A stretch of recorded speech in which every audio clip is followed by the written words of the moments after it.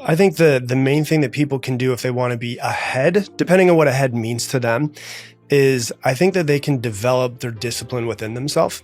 I think that one thing that I've become really obsessed with over the past couple of years is thinking about the idea of discipline, because I think discipline has a very bad connotation. Like if somebody does something wrong, then they're disciplined, or a dog's supposed to be doing something wrong, you discipline a child, discipline.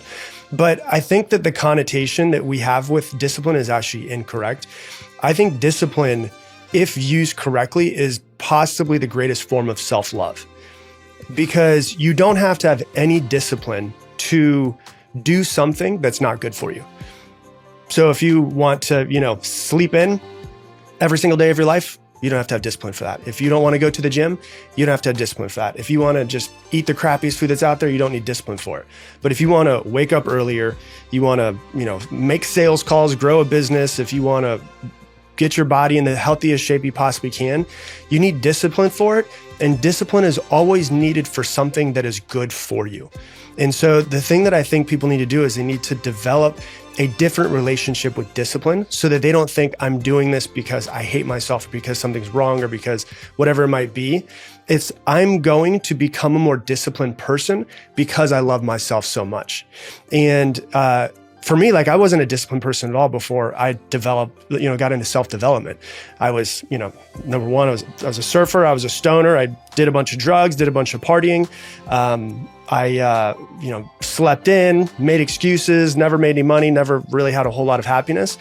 And then when I was 19 years old, I got into a sales company, and I learned, okay, if I'm going to sit down and make phone calls, hundreds of phone calls to people who have no clue that I'm about to call them every single day, I need to be disciplined. And it was this thing of, okay, I know what my life could be if I take this action, and my life will be better if I take this action. I don't want to take this action, but I know that my life will be better if I take this action. So I'm going to take this action because I know future me will thank me for it.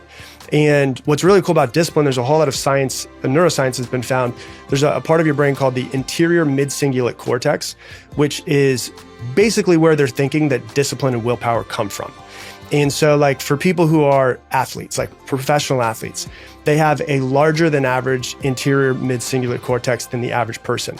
Not because they were born that way, but because of the fact that they grew it. It's like a muscle inside of, you want to work your biceps. If you just do a whole bunch of curls, your biceps are going to get bigger.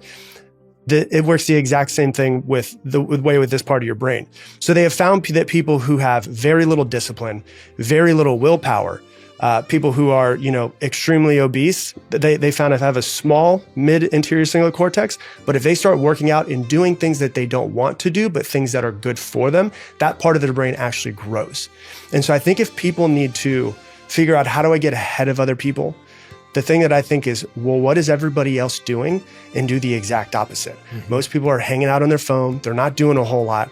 And so I'm looking at that and going, well, I'm going to do the exact opposite. I'm going to do the things I don't want to do that I know that are good for me. I'm going to develop a different relationship with discipline. I'm going to be more consistent in everything that I do. And I think if people just do that for a long enough period of time, then their entire life is going to change. So let's say that I don't want to go running in the morning, but I know that I do want to go running in the morning for the betterment of me. Well, then how can I make it, knowing that humans resist change as much as possible? And if it takes more than 15 seconds to do it, a lot of times we won't do it. So if it's I'm going to shrink the start of making myself go for a run in the morning. So I know every morning I wake up and I brush my teeth, go to the bathroom, I get water, I brush my teeth. That's what I do. Then I'm going to take my running clothes and I'm going to put them right next to the sink. And if I really want to shrink the start, go to bed with them on. If you're waking up early and you want a cup of coffee, the thing that you want to do is make sure that you get a coffee maker that has an automatic timer on it, so that by the time I'm done walking out of my room and into the kitchen, my coffee's already made. There's already water next to it. I just got to throw my shoes on. So it's how do I shrink the start? Because we're going to resist doing something. How do I shrink the start is the first part of it, to make it easier for me to do. The other side of it as well, and I've known you now for 9 years. You work like this, you work, dude, but you are so passionate about what you do. And that's the other thing I think people need to realize is it's really hard to force yourself to do something that you don't want to do. And if you think about this, I know that when I worked jobs that I hated, that didn't feel like it was my life purpose, it used way more energy, physical, but especially mental energy, to get myself up in the morning, to have to take a shower, to wear a suit, to drive 30 minutes stuck in traffic with a bunch of other people who are pissed off honking at each other, to go to a job for 8 or 9 hours that I didn't enjoy at all, to go back home and sit in that traffic again, and then go and eat some food and watch some TV and know that I'm going to have to do that every day, work day, for the next 40 years of my life. Do you know how much physical but mental energy that takes from a human?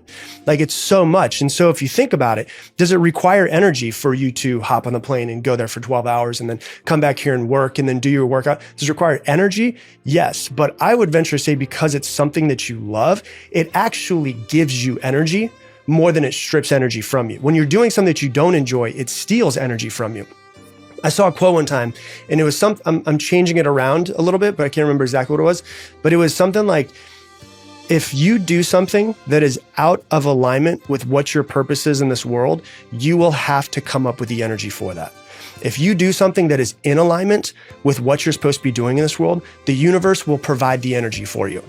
And like, for me, I know 100% when we get done with this podcast episode, I will have more energy than I did when I first walked in this room. Why? Because this is the thing that I think that I was made to do. And I am so passionate about that, and it gives me energy, and I will have more energy throughout the entire day because I'm doing something that I actually love. And so I think that for people, if you're trying to be disciplined, number one, you can shrink the start, but number two, it's like, if you're trying to force yourself to do something that you don't love, and something that doesn't, or just something that doesn't feel in alignment with who you are, it's going to require way more force than anything else. If you're 35 years old, let's say you're 40 years old. You're 40 years old and you're like, I've built this life that I'm just not necessarily in love with. Well, if you are lucky enough to live to 80 years old, then life one was the first 40 years of your life. Life two starts this moment. Like, you have another 40 years. Is it going to be easy to make massive changes in your life? No. Are you going to have to say no to things that you've been saying yes to for a really long time? Yeah, you're going to have to say no to things. And when you're saying no to something, you're saying yes to other things. And so if you're in that situation, it's kind of like just a whole uprooting of things. And for me, I'd rather invest a year, 2 years, 3 years uprooting things for another 37 years of happiness and joy and fulfillment. But on the other side of that, I think that people have a kind of like a misconception of what a purpose or passion is sometimes. I think it's really important for people to take a step back and be like, well, if there was a reason why I was alive and I was supposed to discover what that reason is, what is it?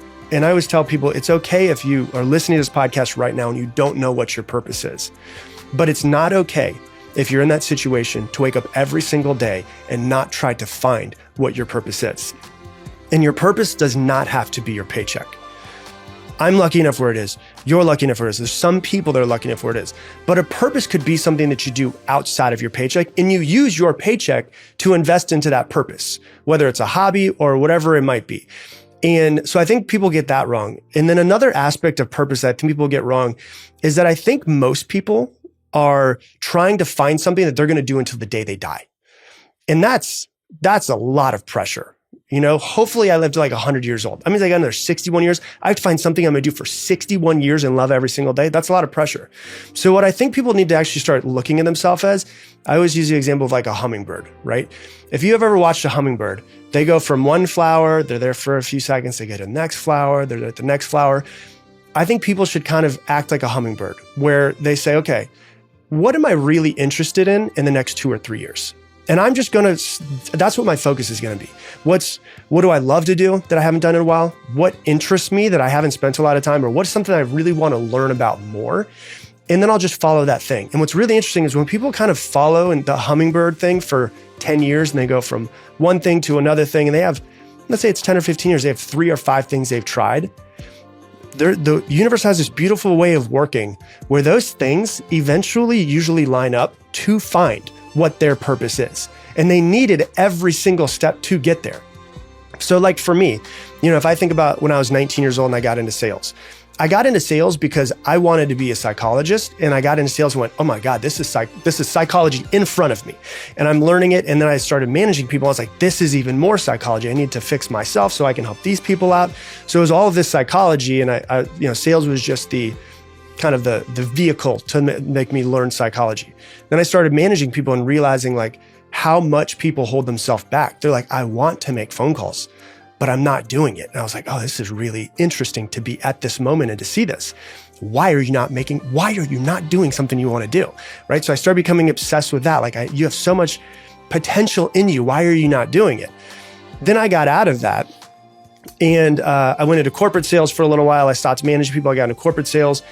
And then in 2017, I was like, I'm going to quit my job because I don't love what I do.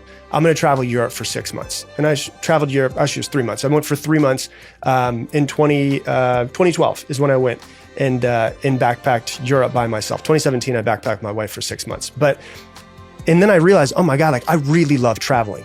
And I have to figure out some sort of way to make money online so I'm not stuck to a place so I can do this.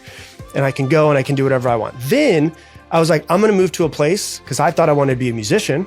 I had all the recording equipment. I had the microphone, all this stuff. I was like, I'm going to move to a city where it's a music city and I could try to become a musician. So I moved to Austin and I had all the record equipment. I was there for a couple of years, tried out music, realized I'm not that good. Like I'm just very passionate. I love it. I'm okay, but I'm not like, oh my God, this guy's going to be a star. And then I was like, one day I was sitting in a place called Jason's Deli, this chain, and I was with my girlfriend at the time, my now wife, and I was like, I had this feeling of like, I feel like I have so much knowledge from books that I've read and from working on myself for so long. And this was 2015, so we're talking 9 years I've been working on myself, right? I was like, I think I'm gonna start a podcast. And I like had this idea and I was like, that feels right. Like that feels like the right thing to do. Now, mind you, I had all of the recording equipment to be able to do so. I had been doing songwriting for a really long time. So I had become obsessed with taking words and making them taking a line and making it as valuable as I possibly could in that one sentence that I could come up with. So I had music. I had all the stuff to be able to set up and record a podcast. I had the songwriting to be able to write scripts. I had the sales and the psychology to be able to understand the psychology, the managing of people of why they don't do what they want to do. And I was like, everything lined up, but it only lined up because I started doing and actually following what felt right. And so I think if people are trying to find their purpose, don't put so much pressure that number one, you have to make a paycheck out of it. And number two, that's the thing that you have to do until the day you die. Just do it for a little while. And if you fast forward 10, 15, 20 years, I promise you there's a pretty good chance all of those things are going to line up and you're going to go, this is the reason why I'm alive.